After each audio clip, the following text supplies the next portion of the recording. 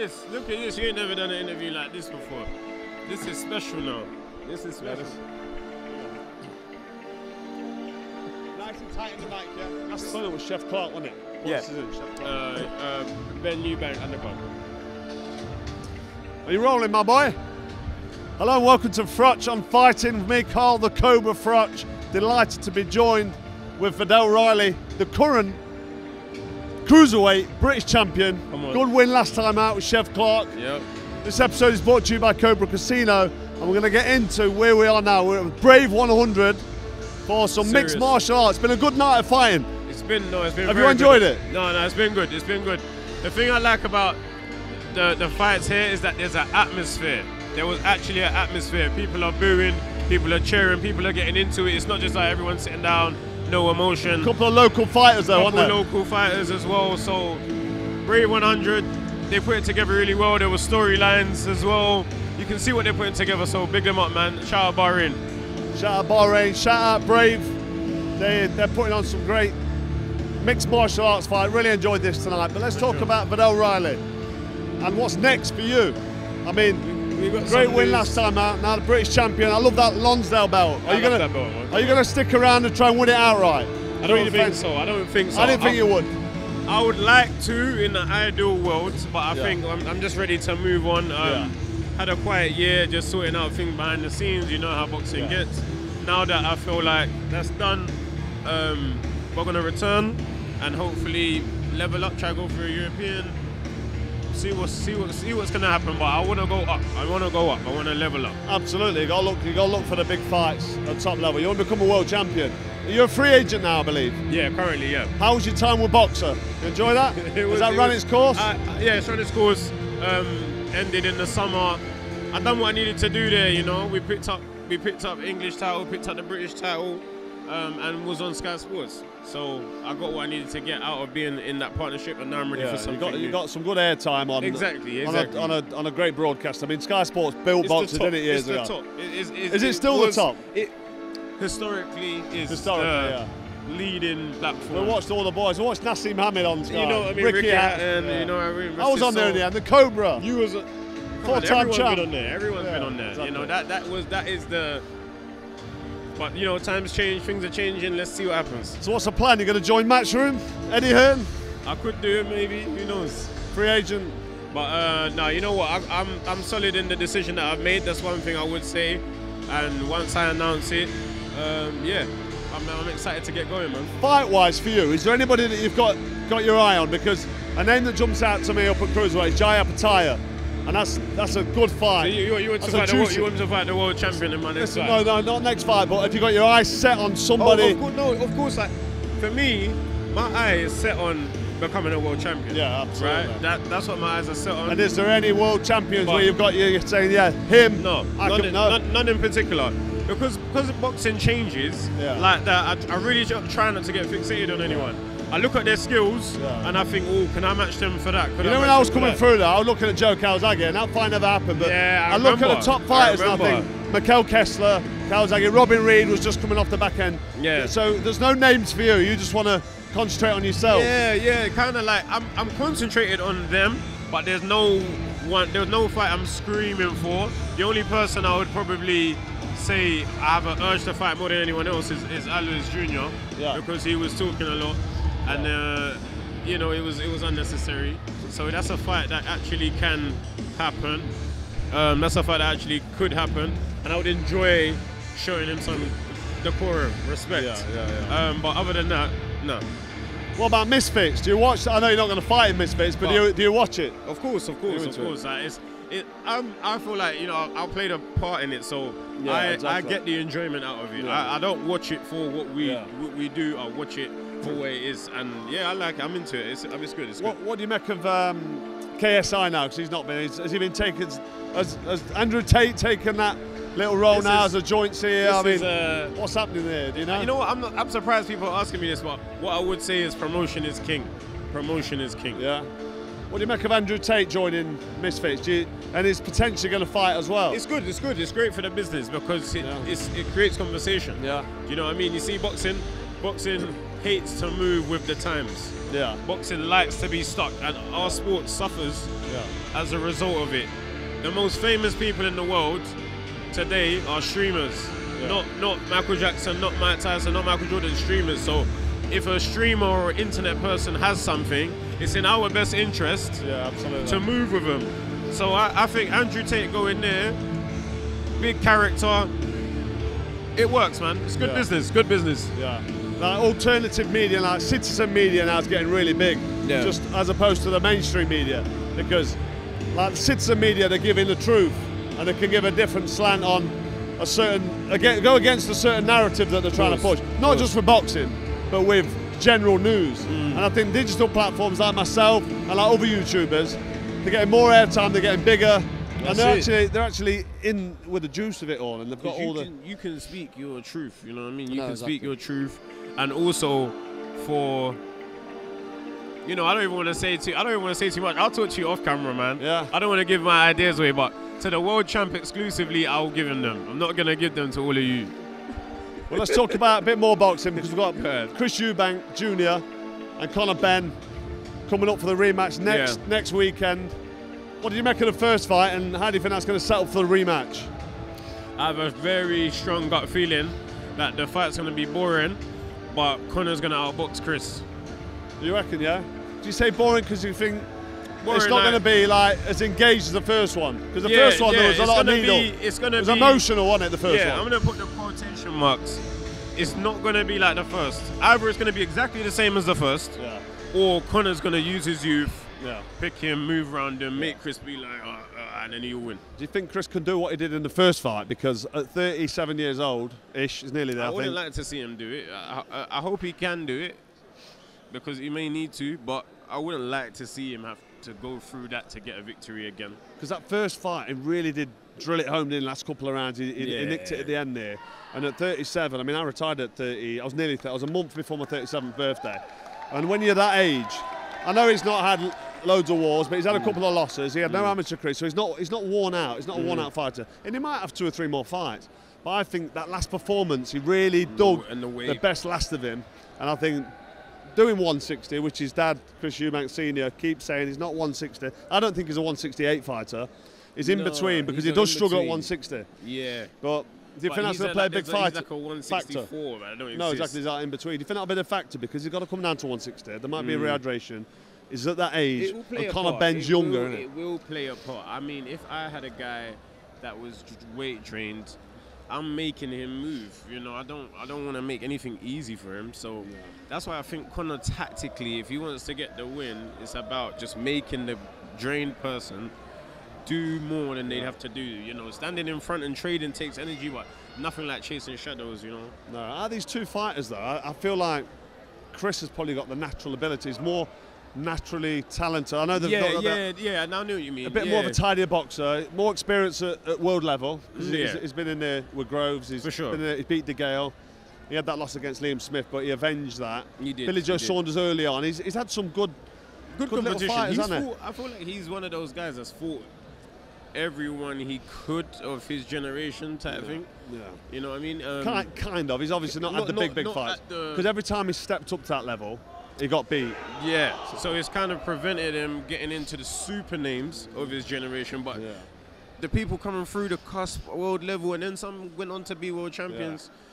He's around, man. He's been there. Experienced. Very experienced. Where does Chris go, win or lose? I mean, because at his age, I feel like if he loses this fight at 37, I mean, if he's going to go, if he goes up to super middleweight, like his dad wants him at 168, Canelo, you mentioned him there, Terence Crawford. I mean, it's just going to be a payday fight, but nothing he could.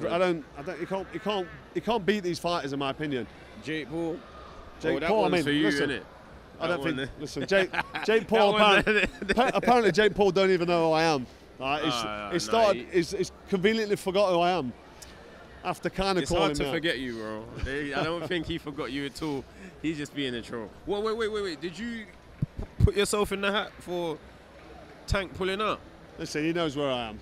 Did you put your name in? Did you actually put your name in the hat? But I made it known that I'm in shape. I'm looking good, and I'm ready for an easy fight. You are in shape, though. I'm ready for an easy payday against fake Paul. You know what I mean? I'd always When is that? Next Saturday. Next Saturday. I don't know if the fight's back on, who he's fighting, what he's doing. So alright, cool. If they offered you the right money, whatever that number is for you, would you be fighting him next Saturday? Probably, yeah. But that's not coming just because I just think it's an easy fight. Yeah. It's not coming. Would you get me ringside tickets? Absolutely. Of course. They're going to come in the core. I need some. See, everyone thinks he's a mean guy, but you see Cole with me, love every time. That's all good, man. Obviously, you follow your boxing. Yeah. And you know about Wembley Stadium. Yeah, of course. You know what I mean? How can I not, bro? I'm trying to get a number out here. You know what number I'm looking for? 80,000. 80,000. Yeah. It's become like I don't know, it's become a bit of a punchline, hasn't it? I don't think you should ever pay to get in Wembley again. No? I think the way that you've pushed Wembley, any event that takes Wembley, EE, powered by EE, listen, if you can, get Carl Froch into Wembley Stadium at any time for free, he deserves it. Yeah. Because you've plugged it, and the way I've plugged it right now, +1. All right? No, listen, I love watching you fight. Thank you, man. You take the game seriously. You've also got your own channel, which is interesting. You don't, obviously, being a boxer yourself, you concentrate on training. Of course. Professional. You want to get that. You want to get up there, and you want to get a world title. I can see you're serious about the game, but let's just give your channel a mention. Okay. Yeah. No, follow my YouTube channel, Viddal. I'm really pushing my podcast right now, which is what I'm really using here at Brave 100. Real Wills. Got a good interview with Alistair Overeem earlier, so look out for that. And yeah, man, I will be back in the ring soon. I look forward to getting back in the ring. I like to see what's happening. I like to see what my enemies are doing. I like to see how I can get my opposition down. So I've had a nice time to review you all, and I'll be back leveling up. As you can see and hear, really good talker, top fighter. I reckon you're dubbed to be a world champion. Just got to put the graft in, which you're already doing. You know what? No, Cole, British champion. Get that belt out right. I don't take things like that lightly. If he's going to say it, he's done it. He's been there, he can see it. My job to fulfill it. So. I can see it. And listen, good luck for the rest of your career. We'll be spending a bit more time. I'll see a bit more of you. I'm seeing you more. I'm seeing you often. We'll catch up soon. Yeah, take care. Have a good night. I'll see you at the after party. Yeah, you shouldn't be I shouldn't be there, but you will see me. I'll get you a glass of water. So it was great to speak to Viddal Riley, the Cruiserweight British champ. And he's a big unit as well. But I tell you what, not as big as this unit to my right.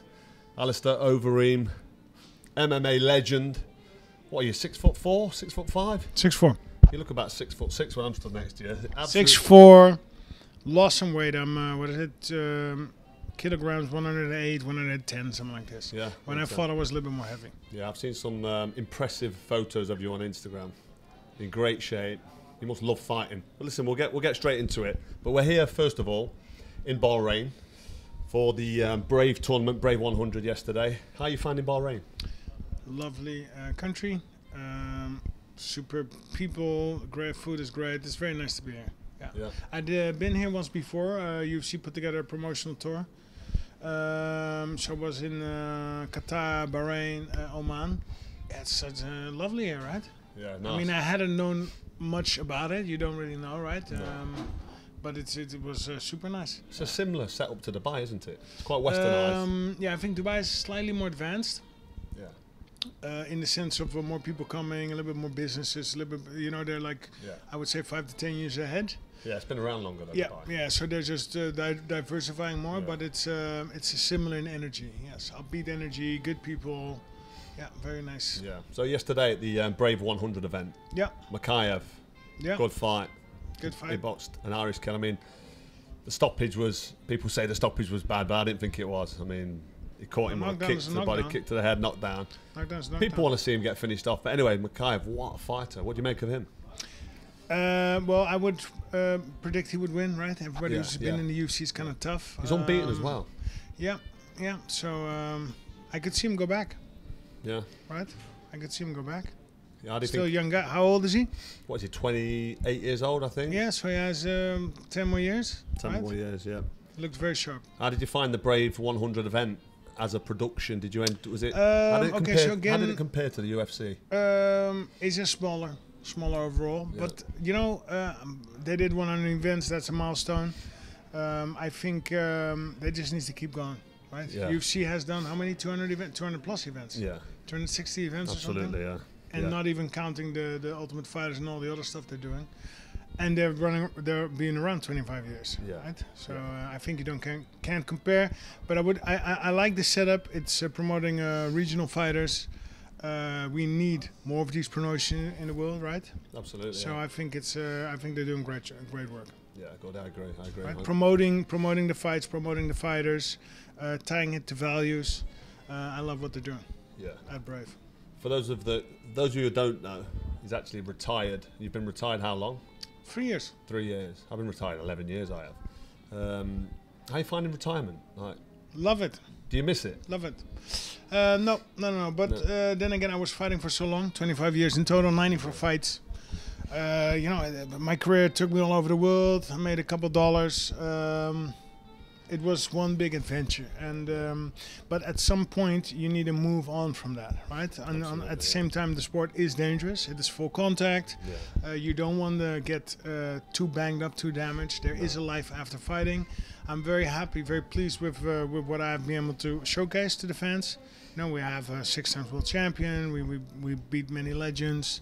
Yeah. Beating a legend always brings something extra to it. So to me, it's now head on in the new direction, the life after fighting.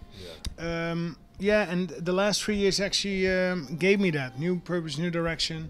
Yeah. So I'm not really missing the fight game, even though I still train. Yeah. I can still fight. I would fight once a week, but I do CrossFit, I do running, I do sprinting, I do swimming. Love to stay active. Yeah. But I don't miss the stress of fighting. Do you miss the stress of fighting? You know what? I don't know, because it was very stressful. That's one of the words I'd use. Sparring is stress, and then fighting, and there's millions of people watching. There's like a lot of stress. Yeah. I have to, and after this.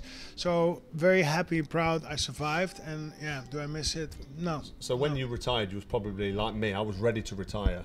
I'd kind of had enough. I felt like that the desire was going. The fire was contained. Was exactly. Yeah. And you keep yourself busy outside now, because I've done a bit of research on you, and you're quite into your holistic medicine. I've noticed you do a lot of ice baths and recovery, like very much breathing techniques, and very much. You're quite. Would you say you're quite spiritual without going too deep? You could, like, I was never, not raised religious, but. I don't know. I had an experience, and I kind of dove into it. Hey, wait, there is more. Yeah. And there's a lot more. Yeah. And I don't know. It really gave me a sense of purpose. But was also a very clear right and wrong. Yeah.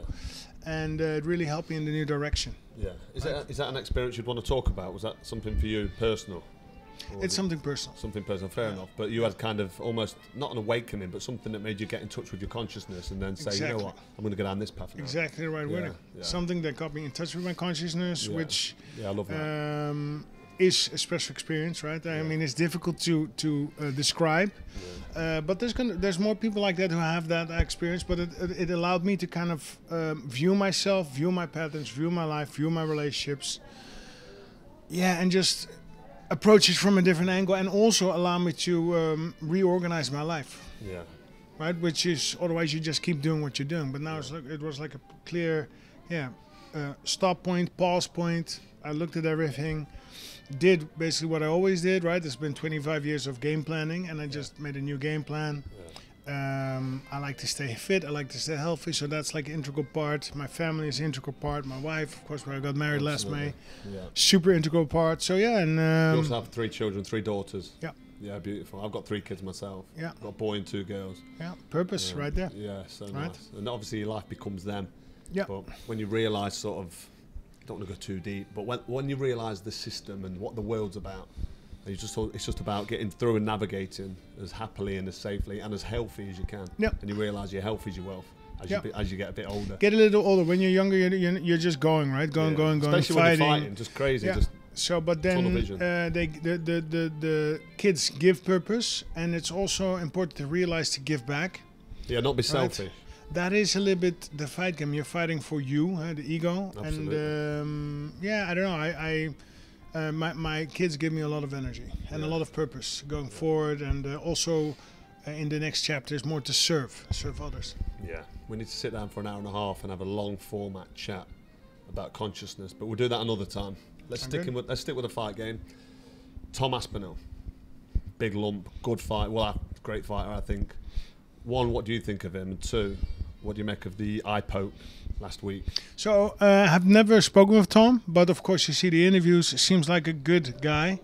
Seems a dedicated guy. I think he's with John Jones the top of the heavyweight division. Yeah. Right? There's some other good guys, but I think he's really up there with John.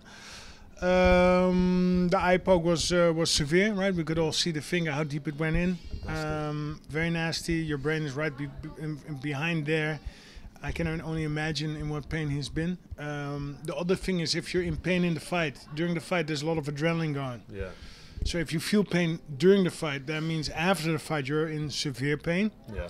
So I think he made a right call to call the fight. I mean, if you feel something during the fight, you shouldn't continue. Yeah. Had he continued, lost the fight, I mean, nobody's even talking about the eye poke. No. Right, he'd be losing his title, and that would have been not good. Yeah. So I don't know. For him, a good call.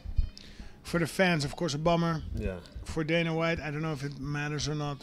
Whatever happens. Probably not. But I think for him, it was a good call. Yeah. Well, it was Cyril Gain that poked him in the eye, almost knuckle deep with a finger. Yeah.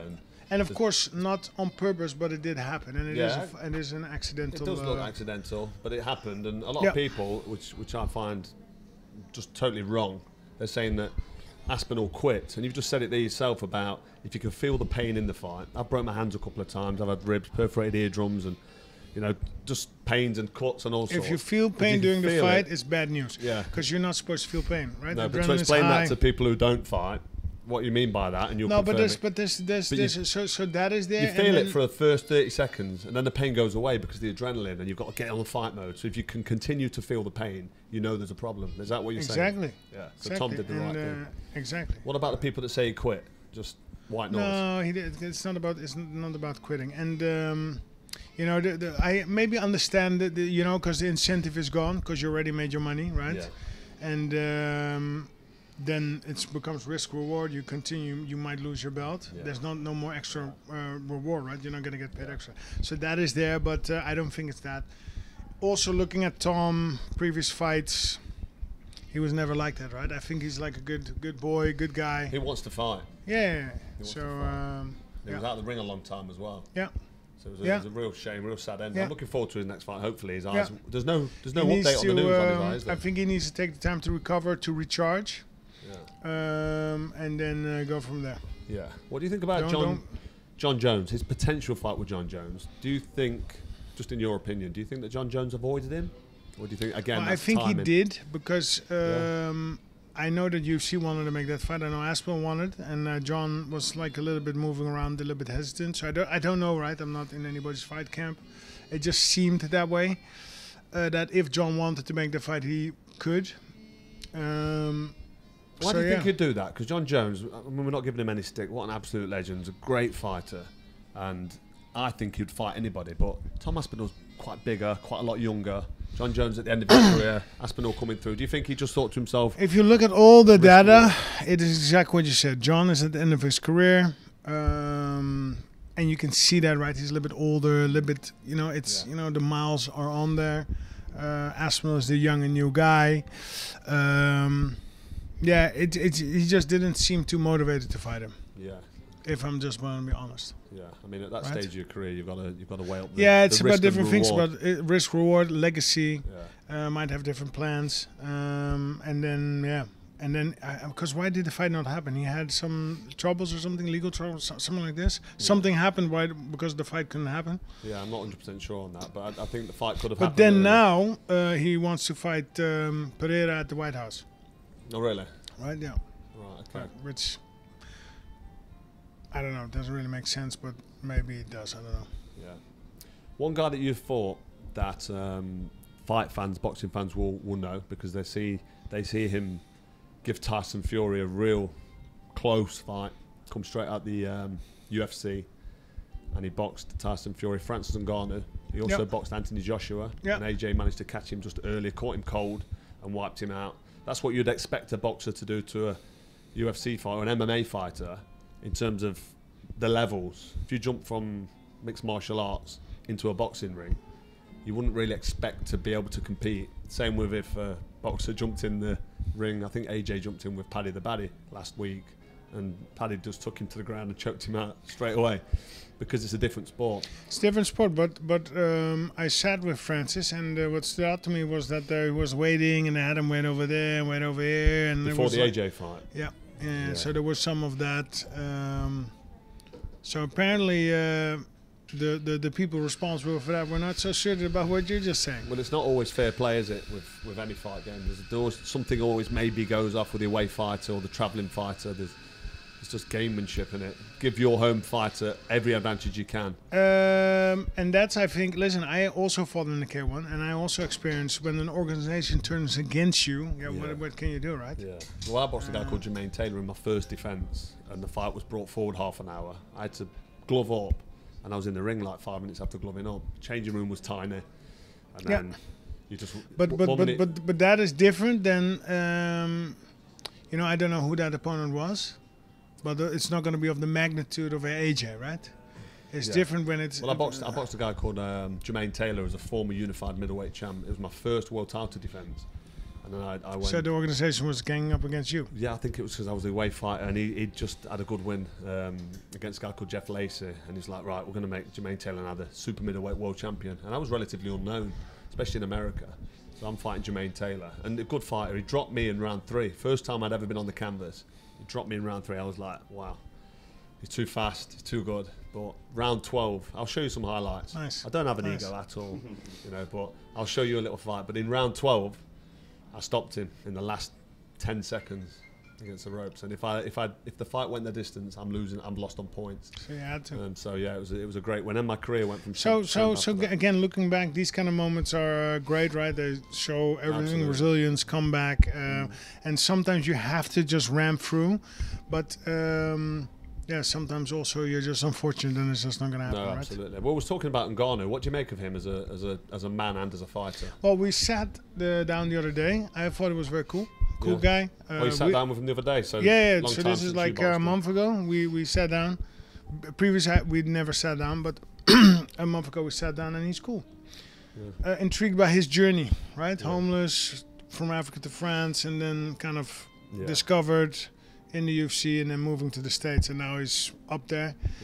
Yeah. Very special life story, intriguing life story. Very curious what his next steps are going to be, right? Because he's also coming of age, 38, 39. Yeah, well, maybe I'll talk about that now, because there's a clown in America, absolute fucking idiot, called Fake Paul. Have you heard of him? Jake Paul. That's it, that's the guy. Jake. What do you think about Ngannou fighting him? I mean, big money. Talked about it. I don't really, can't take that serious unless I see it happen. Yeah. Surely it's a mismatch. No, but why, actually? Well, I think Ngannou would be, because even though he's not a boxer, neither is Fake Paul. Like, I just think Ngannou would absolutely wipe him out. Too big, too good. He can fight. He can strike. That's what I'm saying. Like, that's the whole reason why he challenged to get people like us talking about it. Well, I don't even take it seriously. You know what? You're right. You know what I think about Jake? I think he's interesting. Why? When you see him, the old footage. Yeah. And he's, by the way, dating a Dutch girl. Oh, is it? Yeah. So that's like funny. But when you look at him back in the days, he was not a fighter at all, right? He was just like. He's not a fighter now. He tries. No. Well, he is a fighter because he is knocking people out. He's training. He's sparring. He's doing it. Don't give him that credit, please. No, but he is. He's doing it. He's not a professional boxer, though. Well, he fought Tommy Fury, no? Yeah, he got beaten. Yeah. Tommy Fury's kind of like. Okay. Area level. Okay. I'll just keep giving him stick. Okay. Ignore me.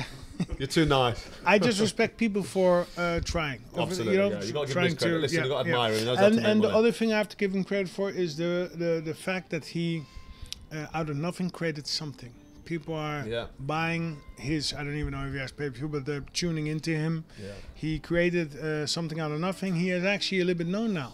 Yeah. And disliked by people like you. Yeah. Right. Yeah. That means he's doing something. Even in your system, he's pressing some buttons. He's trying to get into the boxing world, and he fights Mike Tyson, who's 58 years old. Yeah. And he claims a win on him. And for somebody who was a massive Mike Tyson fan, what an absolute. But again, how machine. Serious can you take that stuff? No, Mike Tyson is 61 years old. I mean, you don't look how at that. Serious can you take it? Not seriously. No. So, but again, he's doing it. Somehow, Mike said yes to that fight. Right? Is it a money thing or not?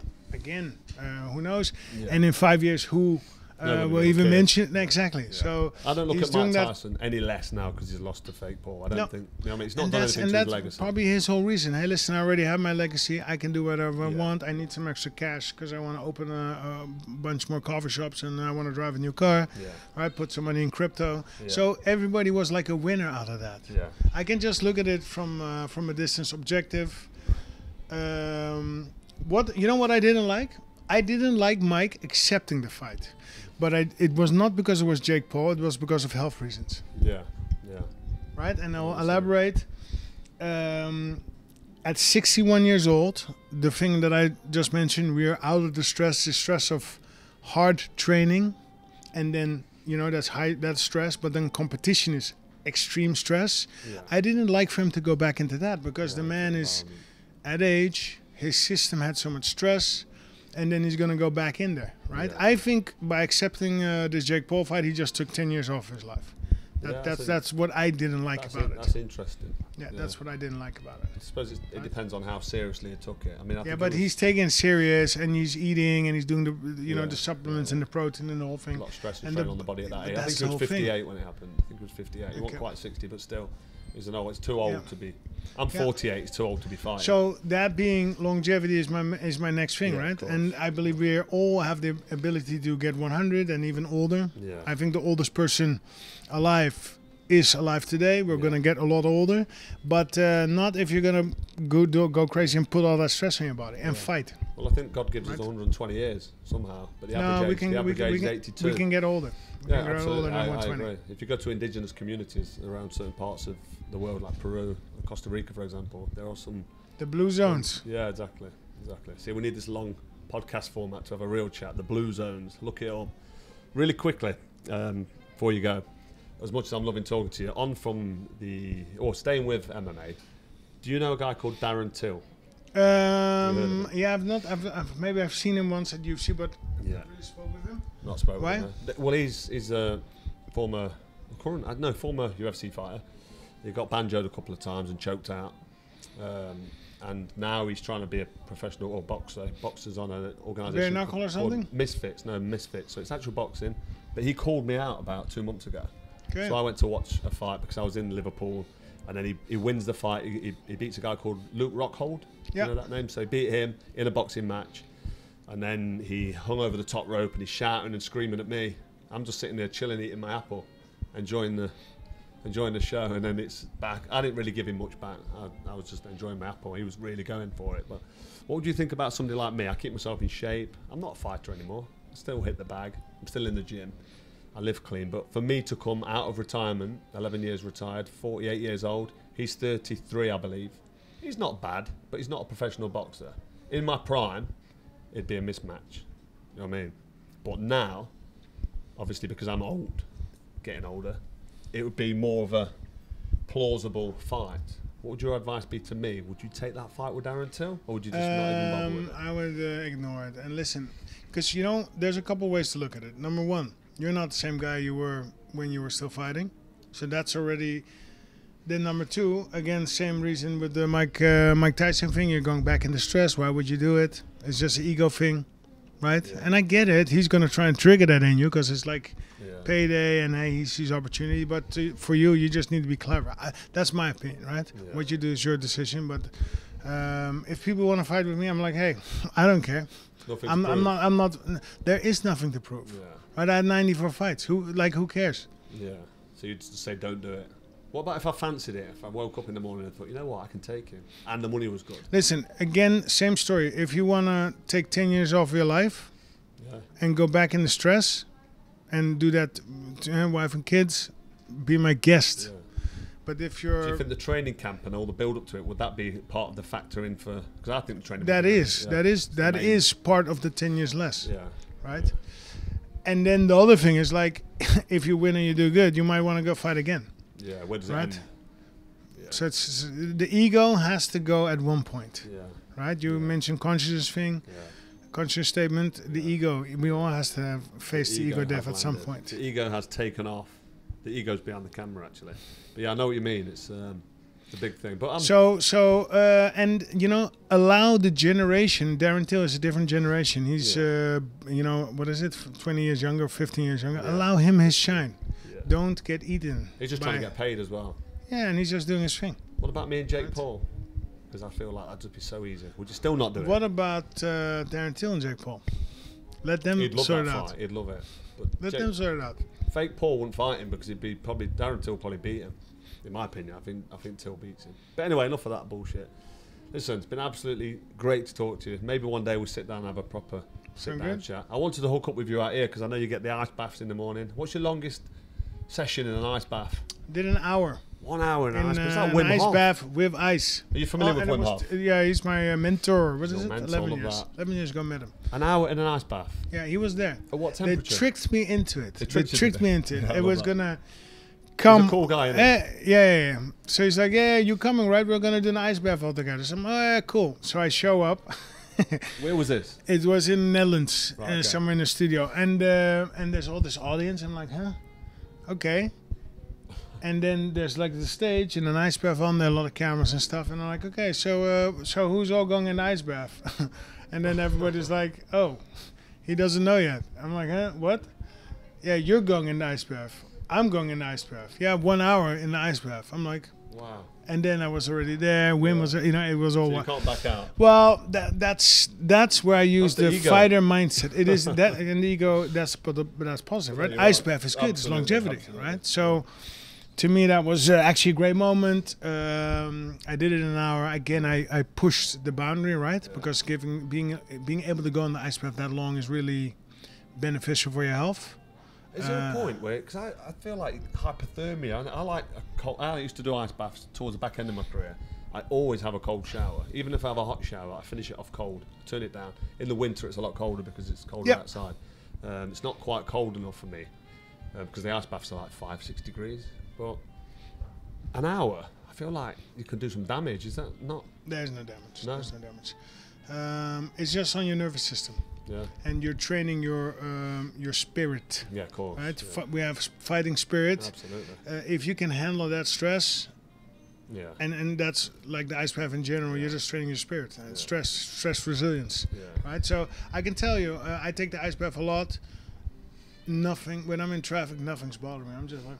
Just chill. You know, well, it releases like a natural dopamine. Dopamine, endorphins. Feel great for hours after. It is amazing. Yeah. Yeah. Well, I say I've done the ice baths, but I'm not currently doing ice baths. It's cold showers. It's actually getting the bath and getting the ice and getting the water cold. So maybe we'll do one tomorrow. Tomorrow, yeah. Yeah, we'll do one tomorrow. Got an early start tomorrow. Flying off. I'd love to do it with you. But what time are you flying I am actually flying at 8 o'clock in the morning. So I'm leaving here at like 5:30. But Dubai, you're in Dubai? Next time, yeah, I'll be in Dubai. Yeah, let me just hit me up. Yeah, and we'll keep in touch. Yeah, I'll jump in an ice bath. Sound good? Not with you, for you. We'll do it. We'll have a. See, I'm not going to have a competition with you. Appreciate that. Yeah. We'll have a competition. Who can stay in there longest? I'm sure I'll lose. But listen, you've been an absolute star. Lovely to talk to you. Pleasure. And we'll do it again sometime very soon. Sound good?